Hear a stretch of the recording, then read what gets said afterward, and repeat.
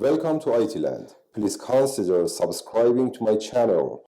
In today's video, I want to talk about how you can understand that which desktop manager you're using.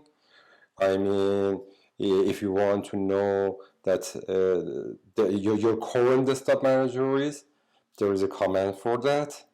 This is the command that you should use to check in your current desktop manager, which for my laptop is Gnome. If you have installed the SDDM KDE before that, the SDDM desktop manager, and if you want to change your current desktop manager to SDDM, you should use this command, dp dash reconfigure,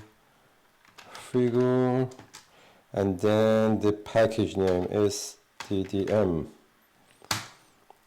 And if you face with this issue, you should put sudo at the beginning of the command, and then your password, and then OK, and then you should use SDDM, and after that you will see the command prompt.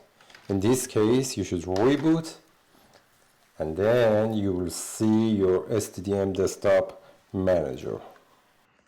As you can see, this is SDDM login page, and when I go in and log in, I will see the SDDM desktop manager. And if you want to come back to previous desktop manager, you should use dpkg configure